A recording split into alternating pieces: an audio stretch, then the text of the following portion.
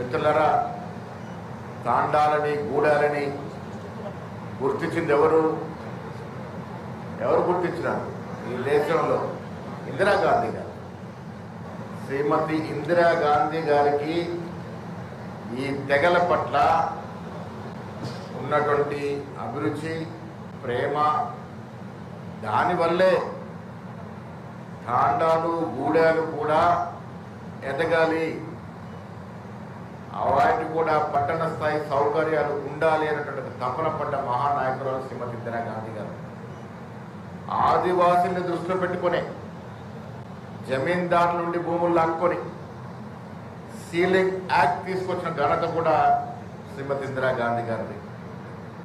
మీకు తెలుసా, దేశంలో ప్రప్రదంగా పరిపూర్ణంగా సీలింగ్ యాక్ట్ని ప్రవేశపెట్టి పరిపూర్ణం చేసిన ఘనత పివి నరసింహారావు గారు.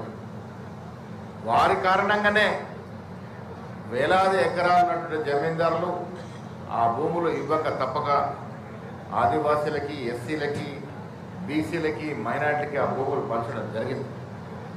మిత్రులు, ఈ ట్రైనింగ్ క్యాంప్ జరుపుకుంటూ ఉన్నారు. మీకు చాలా తెలియాలి. మీకు తెలియకుండానే మీకు చాలా అపారమైన హక్కులు ఉన్నాయి. వాటి గురించి అవగాహన కావాలి.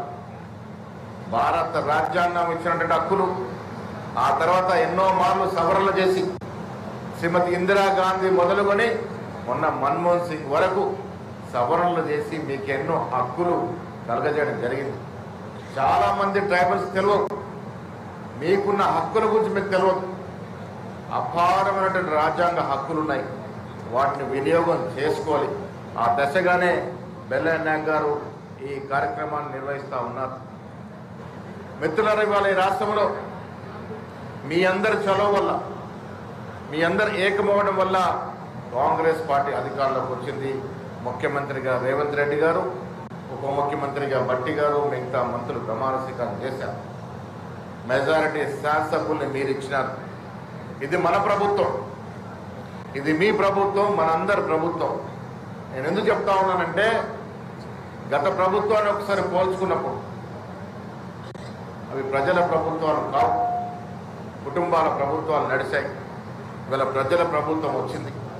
ప్రజల ప్రభుత్వం వచ్చింది కాబట్టే ప్రజల అవసరాల గురించి ముందుకెళ్తా ఉన్నాం. సంవత్సరాల కాలంగా మహిళలకి ఉచిత బస్సు మొదలుకొని మొన్నటి సన్న బియ్యాల వరకు ఎన్నో సంక్షేమ కార్యక్రమాలు కాంగ్రెస్ పార్టీ ఇస్తూ ఉంది. అట్టడుగున్నటువంటి భేదవాన్ని గుర్తించండి, వారికి లబ్ధి చేకూర్చండి. అదే మీ ప్రభుత్వ ధ్యేయంగా ముందుకు పోండి అని ఆదేశాలు ఇస్తున్నటువంటి మహానాయకుడు రాహుల్ గాంధీ గారు. భారత్ జోడో యాత్ర చేశారు, మన రాష్ట్రం కూడా పోయారు. ఈ దేశాన్ని సమూలంగా చదవగలిగిన భారత్ జోడో యాత్ర అంటే ఊరికే నడుచుకుంటూ పోయేది కాదు. భారత్ జోడో యాత్ర రాహుల్ గాంధీ గారు ఈ దేశాన్ని సమూలంగా చదవగలిగినాడు, అర్థం చేసుకోగలిగినాడు, సమస్యల్ని విన్నాడు, పరిస్థితుల్ని అవగతం చేసుకున్నాడు, ఎస్సీ, ఎస్టీ, బీసీ, మైనార్టీని కలవగలిగినాడు. ఆ కలిశాడు కాబట్టి అందులో నుంచి వచ్చినటువంటి ఐడియానే కుల సర్వే. ఇవాళ ఈ దేశంలో ఎవరు ఎంత జనాభా నిష్పత్తి ప్రకారం ఉంటే వారికి అంత ఫలాలు ఇవ్వాలని కోరుతుంటాం. ఎస్టీల జనాభా ప్రకారం ఎస్టీలకి, ఎస్సీల జనాభా ప్రకారం ఎస్సీలకి, వెనకబడ్డ తరగతులు మైనార్టీకి వారి జనాభా ప్రకారం, వారి నిష్పత్తి ప్రకారం వారికి ప్రభుత్వ ఫలాలు అందాలి అన్నట్టు ఒక నినాదంతోనే కుల సర్వేకి స్వీకరించినటువంటి సందర్భం.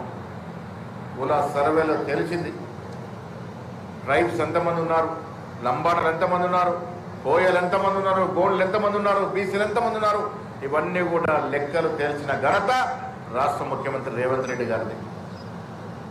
ఇవాళ స్పష్టత వస్తుంది. ఒక 15 రోజుల కమిటీ రిపోర్ట్ వస్తుంది, ఎవరు ఎంత శాతం ఉన్నామో తెలుస్తుంది. ఆ దశగా ఫలాలు మనకి రావాలనేటట్టుగా ఆశయం రాహుల్ గాంధీ గారికి కోరిక, ఆ కళని తెలంగాణలో కాంగ్రెస్ ప్రభుత్వం సాకారం చేస్తూ ఉంది.